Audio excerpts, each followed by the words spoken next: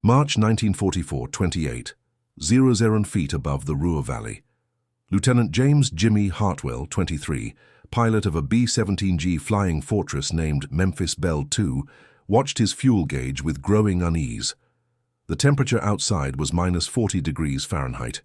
Inside the aircraft, frost covered every metal surface, a shimmering testament to the brutal cold that gnawed at their bones, even through thick flight suits.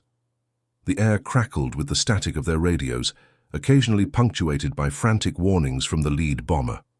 Hartwell gripped the yoke, his knuckles white, his eyes scanning the horizon for any sign of trouble, any glint of enemy fighter or puff of black flak.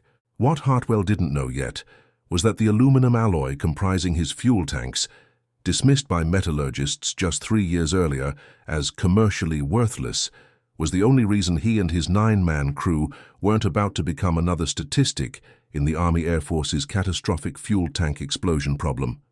This story, an unsung saga of innovation born from desperation, chronicles how a discarded material transformed into the silent guardian of thousands of lives, ultimately altering the course of the air war.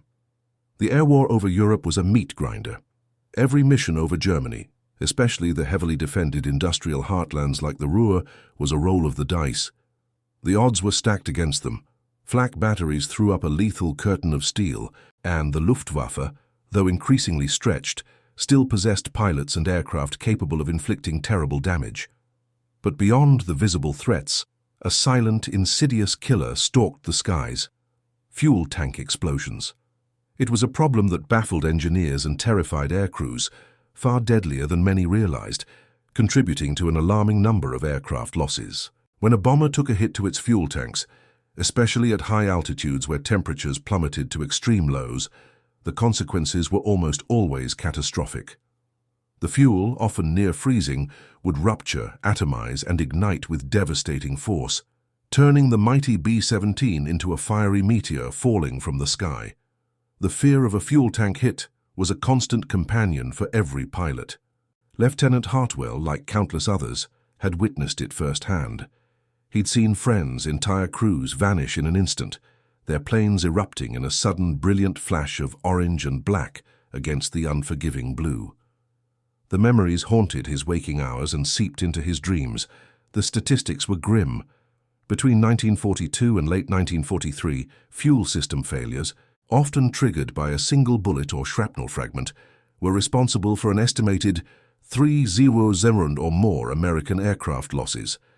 That meant thousands of men, over 30,000 souls, lost not always to a direct structural failure, but to the combustible heart of their own aircraft.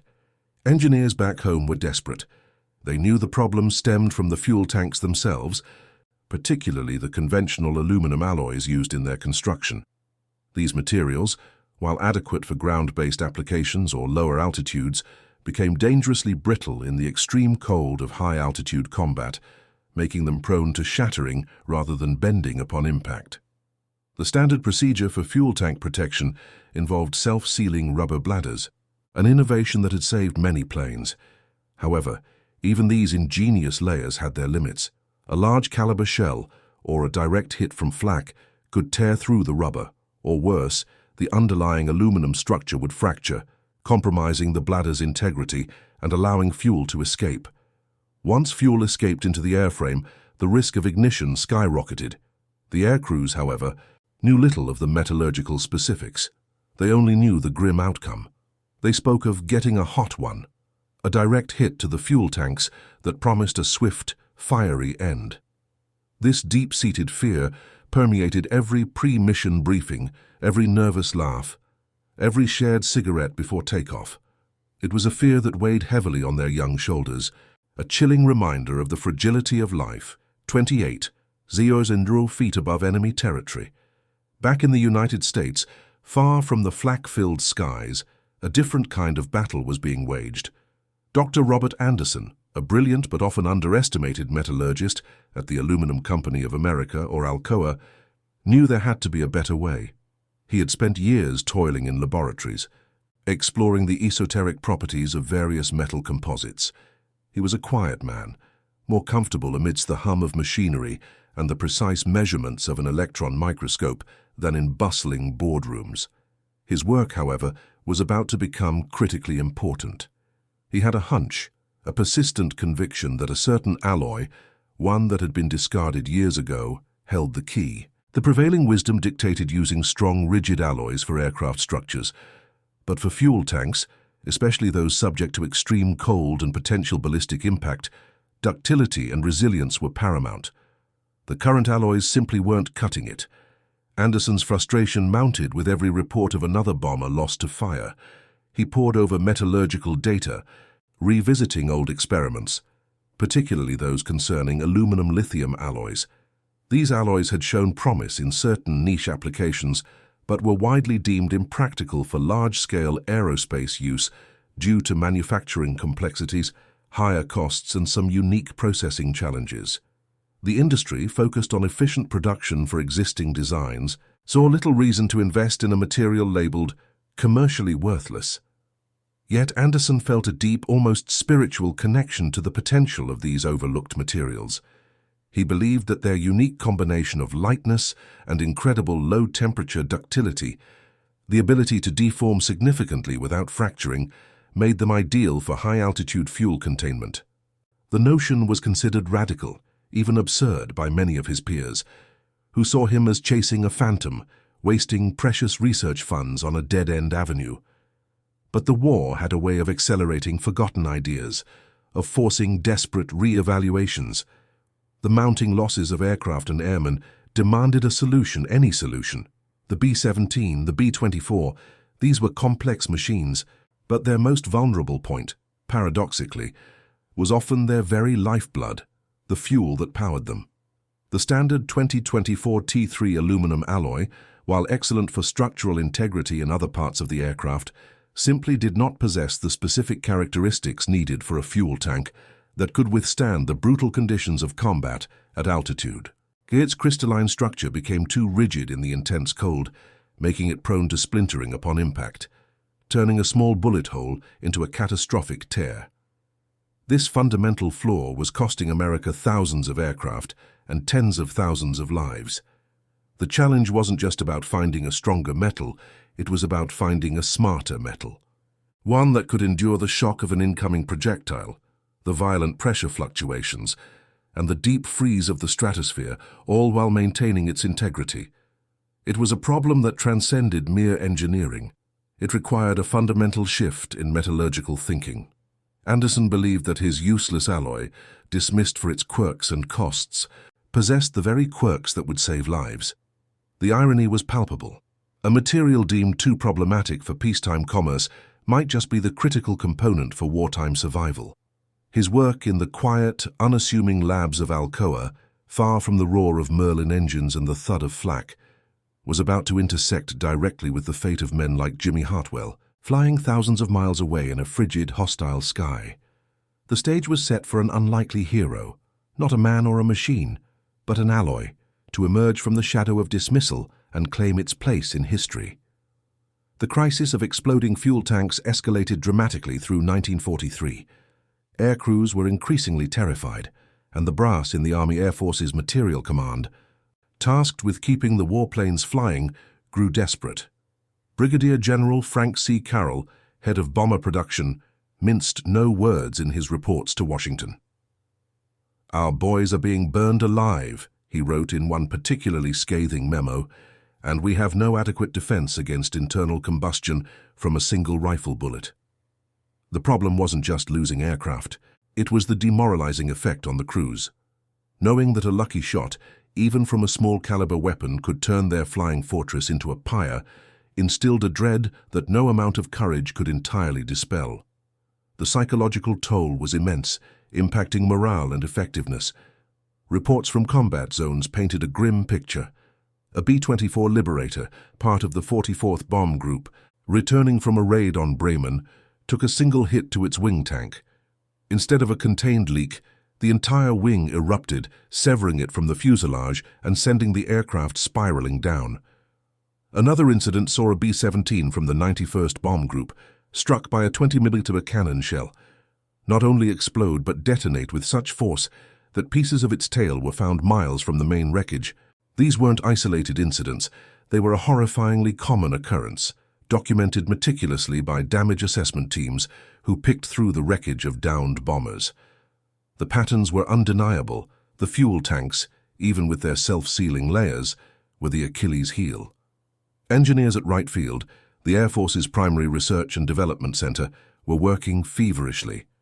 They tried thicker rubber bladders, different types of fuel, internal baffling, anything to mitigate the catastrophic failures. But the fundamental issue remained: the base aluminum alloy used for the tanks themselves. It was a paradox. Aluminum was chosen for its lightweight, a critical factor for long-range bombers. But that lightweight came with a trade-off in resilience under extreme conditions. They needed an alloy that was not just strong, but flexible, even at -40 degrees Fahrenheit, capable of deforming and containing a projectile impact rather than shattering. The conventional metallurgical wisdom simply couldn't provide such a material within their existing parameters. The search led them down increasingly obscure paths, revisiting materials that had been cast aside in peacetime. This is where the work of Dr. Robert Anderson, the quiet metallurgist from Alcoa, began to gain traction, albeit slowly. Anderson had been tirelessly advocating for a specific type of aluminum-lithium alloy, one he had tinkered with extensively in the pre-war years. He knew its quirks, its advantages, and most importantly, its potential. His early research focused on a variant, often referred to internally as Alcoa X2014, a precursor to later, more refined aluminum-lithium formulations, but critically, it had properties he believed were game-changing for this particular application.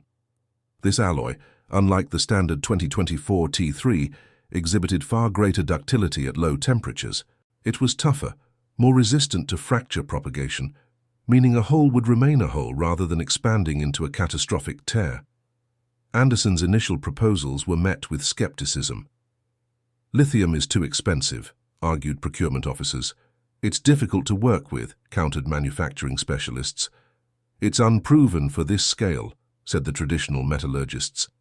The resistance was institutional, a natural byproduct of a massive industrial complex geared for efficiency and established processes. Why risk retooling entire factories, re-educating a workforce, and sourcing a rare element like lithium for an unproven material when existing methods, however flawed, were already in place? This bureaucratic inertia, understandable in peacetime, became a deadly hindrance during war.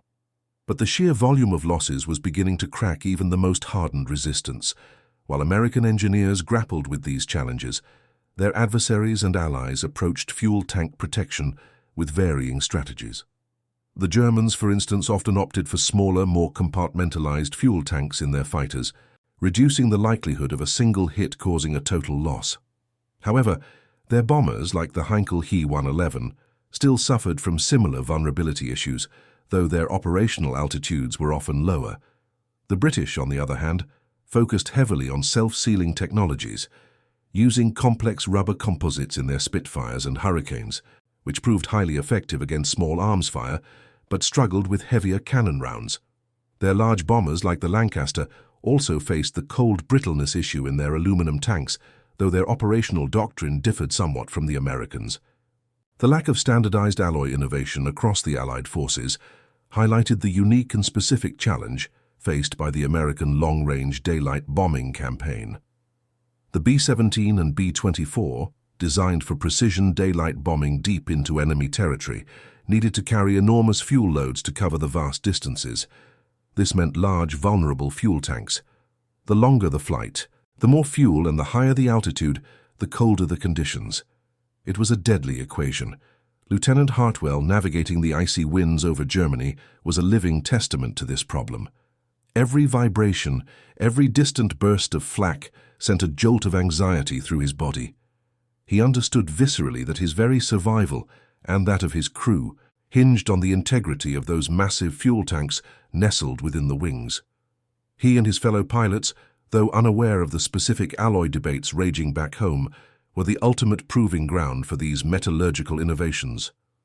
Their lives were the stakes, and the urgency for a solution reached a fever pitch. The problem was clear: the solution elusive, and the clock was ticking, measured in the lives of young men sacrificed to the fiery wrath of a flawed material. The turning point came with what became known as Black Thursday, the Schweinfurt-Regensburg mission in October 1943.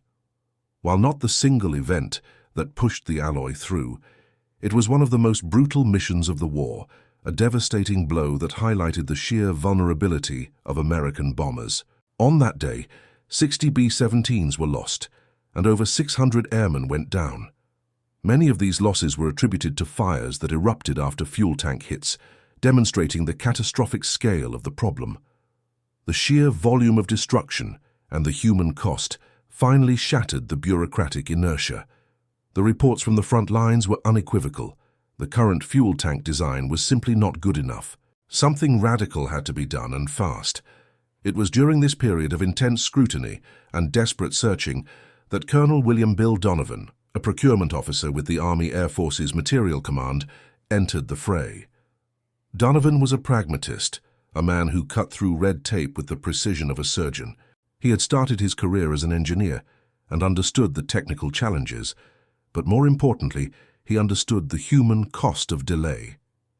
He had been privy to Dr. Anderson's persistent advocacy for the aluminum-lithium alloy, initially dismissing it as too theoretical and expensive. But the mounting losses, particularly the chilling Schweinfurt report, forced him to reconsider. He saw the data on the alloy's low-temperature ductility, its resistance to crack propagation, and its inherent toughness. The numbers, though complex, spoke a compelling truth. Donovan arranged for a high-level meeting. He brought together Alcoa metallurgists, including Dr. Anderson, with military engineers and manufacturing executives. The atmosphere was tense. Anderson, usually reserved, spoke passionately about the alloy's potential. He explained that the alloy, an early variant of what would later be refined into the 2000 series aluminum-lithium family, offered a unique combination of strength and resilience. Its grain structure was inherently tougher, less prone to brittle fracture in the cold, and crucially it was lighter than conventional aluminum. Even though its initial production costs were higher, the weight savings were a significant advantage for long-range bombers.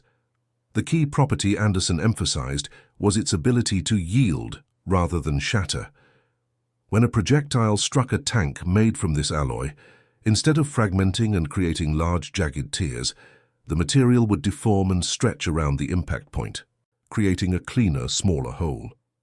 This characteristic, combined with improved self-sealing rubber bladders, meant that even if the rubber was compromised, the underlying metal would still provide a more robust barrier against fuel leakage and, critically, ignition. The combination of the alloy and enhanced rubber was a powerful synergy. Donovan, convinced by Anderson's data and the undeniable urgency, championed the alloy. He leveraged his influence, pushing through the considerable logistical and financial hurdles. "Cost be damned," he reportedly told a skeptical quartermaster. "What's the cost of 1,000 planes and 10,000 men?" His decisive action marked the true turning point. The order went out. Begin retooling factories for the new alloy. The useless material was now a top priority. The transformation was not without its challenges. Manufacturing the aluminum-lithium alloy was indeed more complex. Lithium, a highly reactive element, required specialized handling. The casting and rolling processes needed precise temperature controls and atmosphere regulation. Training workers, many of whom were new to industrial production, was another enormous undertaking. Factories had to be adapted, new machinery installed, and quality control procedures meticulously re-established. Technical Sergeant Eddie O'Brien, a seasoned aircraft mechanic at an air depot in England, remembered the initial confusion. "Suddenly we're told we're getting new tanks made of some fancy new metal," he recounted years later.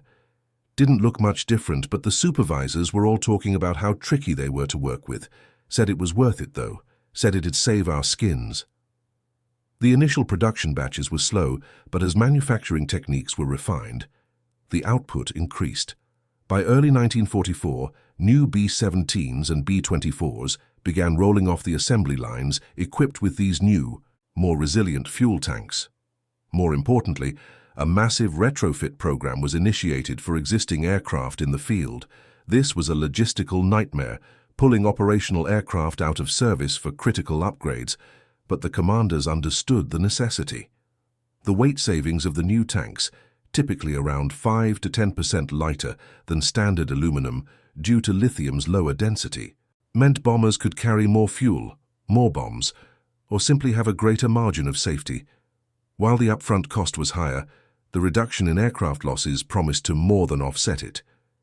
This commitment to innovation, born from dire necessity, was a testament to the industrial might and adaptive capacity of the American war effort, turning a once dismissed scientific curiosity into a cornerstone of air superiority.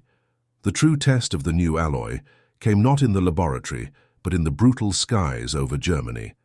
As early 1944 progressed, B-17s and B-24s equipped with the new fuel tanks began flying deeper and more frequent missions. The first whispers of their effectiveness started filtering back from the combat zones, relayed by grateful pilots and mechanics. Testimonials, initially anecdotal, quickly mounted.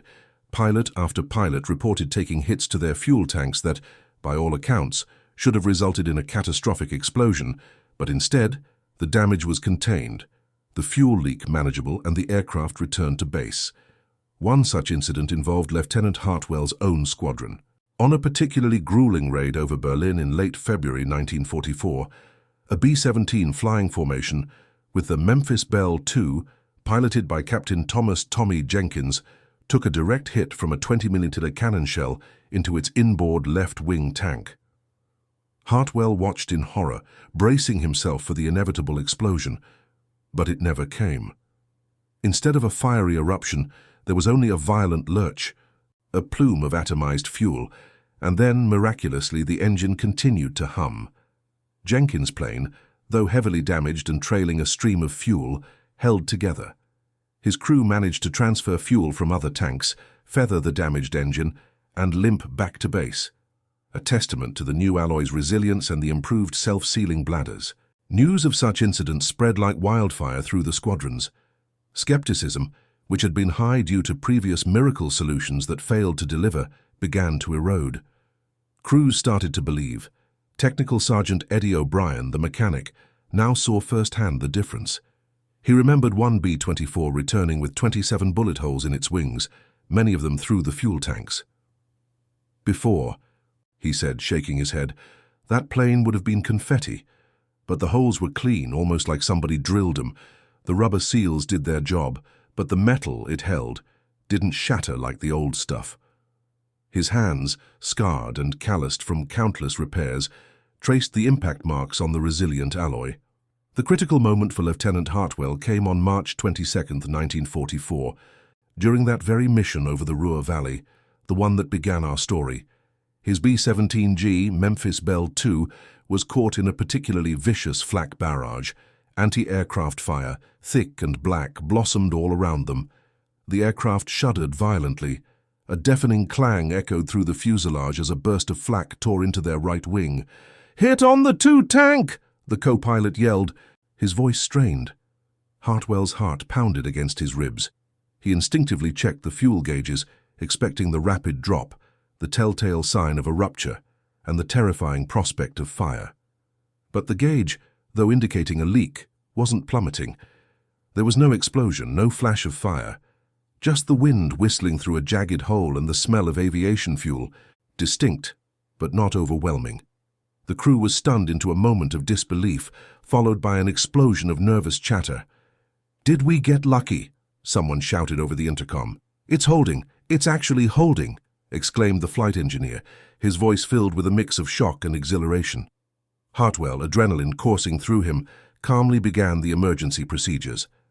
They initiated a cross-feed of fuel from other tanks, preparing to feather the damaged engine if necessary.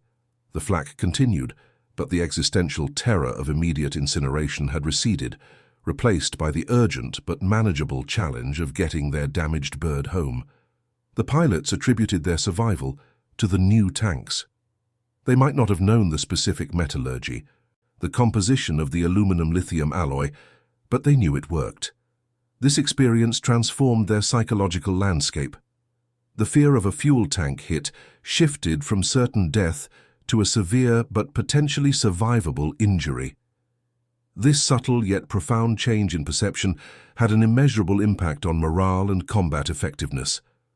Crews flew with a newfound quiet confidence, understanding that their aircraft, while still vulnerable, now possessed a silent, resilient guardian within its wings.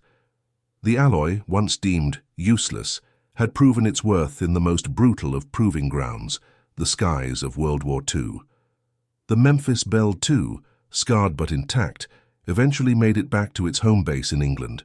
Lieutenant Hartwell guided the battered bomber down for a hard but safe landing. The ground crew swarmed the aircraft, their eyes wide at the extent of the damage, particularly the neat, though large, flak hole in the right wing's fuel tank. Technical Sergeant Eddie O'Brien was among them, meticulously inspecting the damage. "Another one saved by the new stuff," he muttered, running a gloved hand over the impact site. The alloy had deformed significantly around the shrapnel entry point, but it had not shattered, preventing the catastrophic fuel atomization and subsequent ignition that would have doomed the plane and its crew just months earlier. The self-sealing bladder, though damaged, had still performed remarkably well due to the more contained nature of the underlying metal's rupture. Hartwell stepped out of the cockpit, feeling the cold air on his face, the vibrations of the engines still reverberating in his bones. His crew clambered down, some shaking, others laughing with sheer relief. Navigator Lieutenant Ben Carter clapped Hartwell on the shoulder. "Thought we were toast, Jimmy," he grinned, his face streaked with grime and sweat. "That new-fangled metal, whatever it is, just bought us another round." The camaraderie was thick, forged in shared danger and unexpected survival. Word spread quickly through the mess halls and briefing rooms. Another plane hit hard in the tanks had come home. These individual stories, accumulating into a mountain of evidence, solidified the trust in the new alloy.